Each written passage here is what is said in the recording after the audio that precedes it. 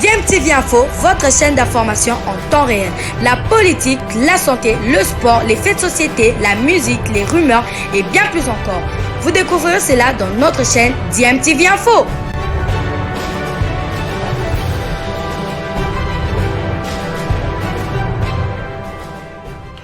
Vous êtes sur DMTV, bonjour ou bonsoir, tout dépend de l'heure à laquelle vous nous suivez. Tout plaisir est pour nous de vous retrouver, mais surtout de savoir que vous êtes nombreux en train de suivre votre chaîne YouTube DMTV. DMTV qui vous propose l'actualité, vous propose également des analyses et des réflexions sur des sujets d'actualité, sur des faits sociaux, tout simplement sur des réalités que nous observons ici chez nous en République démocratique du Congo. Barrage des éliminatoires de la Coupe du Monde Qatar 2022, le sélectionneur des Léopards de la RDC, l'Argentin très expérimenté, Hector Raúl Cooper, est revenu sur l'absence de certains joueurs qui, selon lui, n'auraient pas perturbé la préparation des Léopards au niveau OD et Bahreïn. L'équipe nationale de la RD Congo clôture son stage de 10 jours pour préparer les barrages de la Coupe du Monde Qatar 2022 à Manama ce mardi 1er février 2022 par un match amical contre Bahreïn sur le coup de 18h heure locale, soit 16h heure de Kinshasa. Après la dernière séance d'entraînement au centre technique de la Fédération du Royaume, le sélectionneur de la RD Congo, Hector Raúl Cooper, a fixé l'opinion sur l'absence de certains joueurs à ce stage.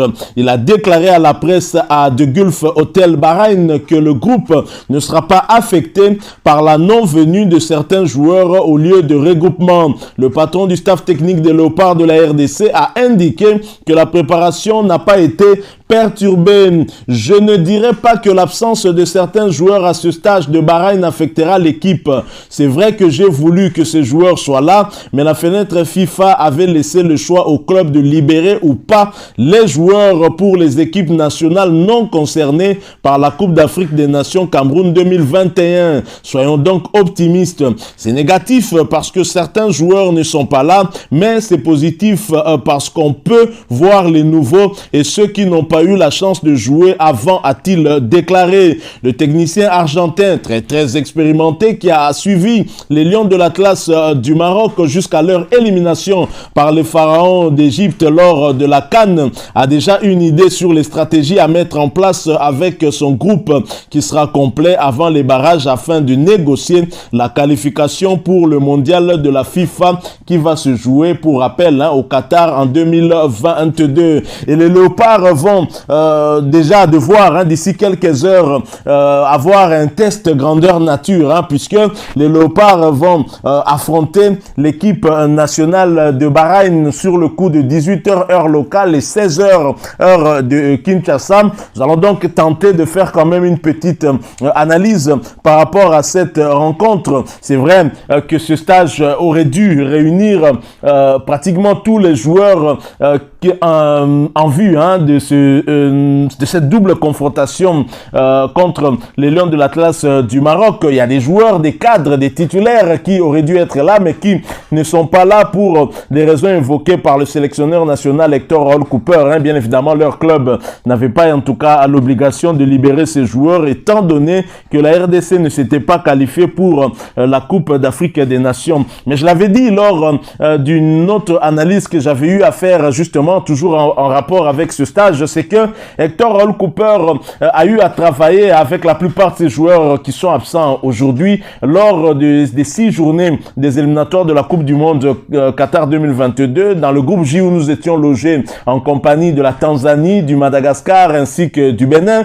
Et donc, il a eu déjà imprimé à ces joueurs-là sa philosophie de jeu, sa philosophie tactique. Et donc, il les connaît, ces joueurs le connaissent aussi, ils connaissent la philosophie d'Hector Raúl Cooper. Donc, il n'aura pas trop de problèmes par rapport à ces joueurs-là. Mais par contre, ceux qui viennent d'arriver, il y a des nouveaux joueurs, bien évidemment. Il y en a qui étaient là, mais qui n'ont pas joué avec Hector Raúl Cooper et qui ont donc besoin d'avoir un peu plus d'éléments par rapport à sa vision de jeu. Et c'est ce qui ne va pas trop handicaper les Léopards de la RDC. Cédric Bakambu, qui vient à peine de débarquer du côté de l'OM, a plus besoin de temps de jeu à l'OM que de venir encore à stage au Léopard. Lui, qui avait avait joué pour la dernière fois avec un club, c'était au mois d'août de l'année passée. C'est tout à fait normal qu'il ne puisse pas venir. Alors, Hector Raoul Cooper a tout à fait raison que cela ne va pas trop perturber cette préparation de l'équipe nationale, bien que la majorité des joueurs n'étaient pas dans ce stage, hein, mais on a quand même des joueurs cadres aussi qui sont présents, tels que Joël Kiasumbwa, tels que Mukoko Amal et Dieu merci Di Soso. Il y a le capitaine de Léopard, Marcel Tisserand. Il y a également Yannick Yalabolazi, Fabrice Ntsakala également. Ce sont des joueurs qui sont susceptibles de débuter la rencontre face au Maroc, hein, et donc ils sont là.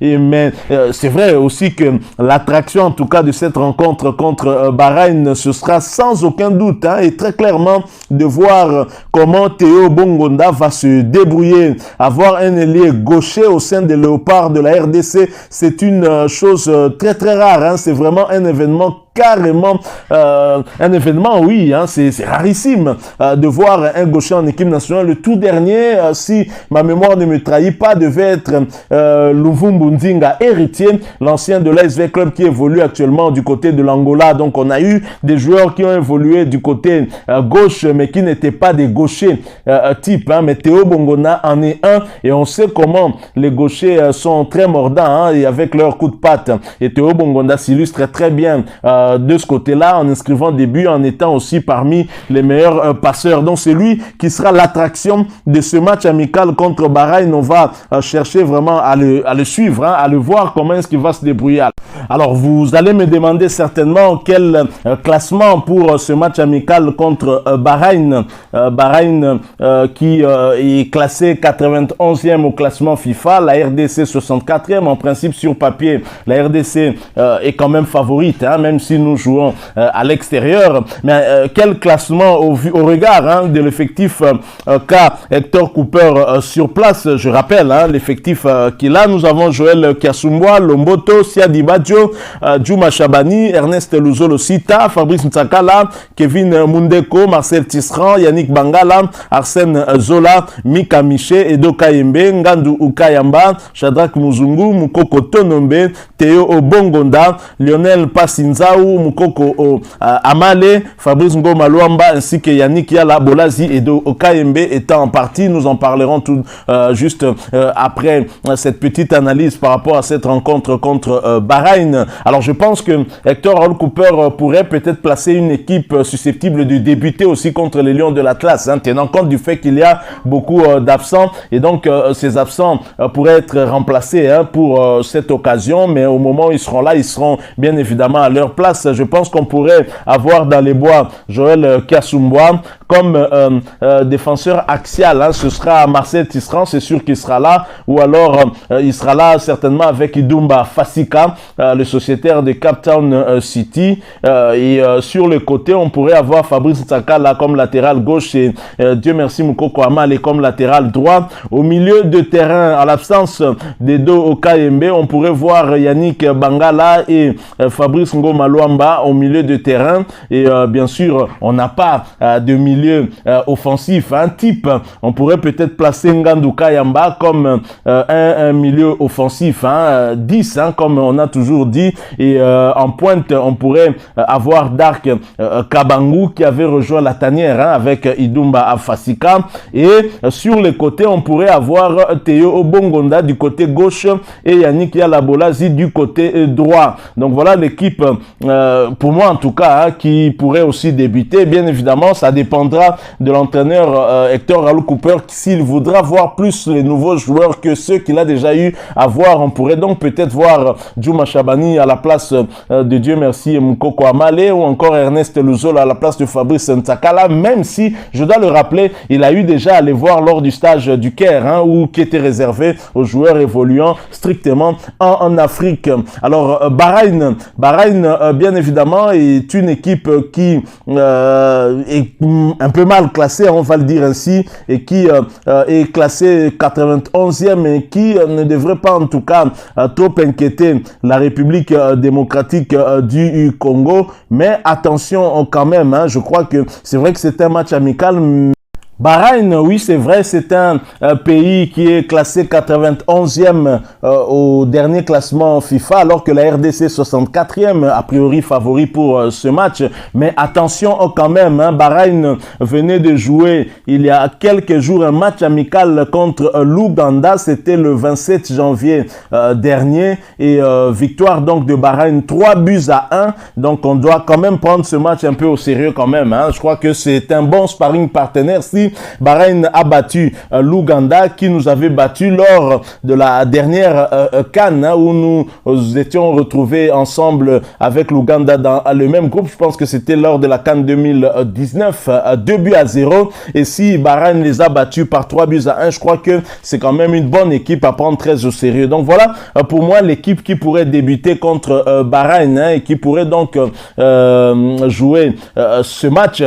C'est celle-là avec un Joël Kiassoumboua dans les bois. Alors l'équipe nationale de la RDC est quand même amputée aussi avant ce match d'un joueur important aujourd'hui qui pour moi dans l'entrejeu de la RDC s'avère très important, et même pour son nouveau club. Il s'agit bien de Edo Okayembe qui est retourné en Angleterre. Le milieu défensif de Léopard de la RD Congo, Edo Okayembe, est rentré dans son club de Watford où son nouvel entraîneur avait besoin de lui pour poursuivre le championnat anglais dont le club lutte pour le maintien. Le sélectionneur Hector Hall Cooper a bien évidemment accepté cette demande du club pour le libérer, hein, parce qu'il connaît comment Edo Okayembe joue, et donc il sait déjà comment est-ce que ce joueur joue, et le joueur s'est déjà assez facilement adapté à sa philosophie de jeu, donc il n'y a pas eu vraiment trop de problèmes là-dessus. Et le club de Kayembe joue ce week-end, hein, contre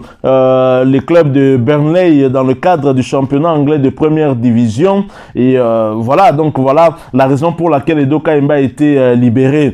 Bien que Hector Hall Cooper avait donné son accord, hein, mais quand même on ressent cette demande pressante de Watford quand même un tout petit peu comme un manque de respect. On comprend, c'est vrai qu'ils ont un match très important le samedi prochain, mais nous aussi nous nous préparons pour un match importantissime, hein, un match qui nous sommes à 180 minutes d'une qualification historique à la Coupe du Monde, 48 ans d'attente, vous imaginez. Et si Edo Okayembe arrivait en Angleterre le mercredi plutôt que le mardi, ça allait changer quoi pour Watford, puisque il allait quand même arriver à quelques jours avant cette rencontre contre Burnley. Bon, Hector Hall Cooper a compris.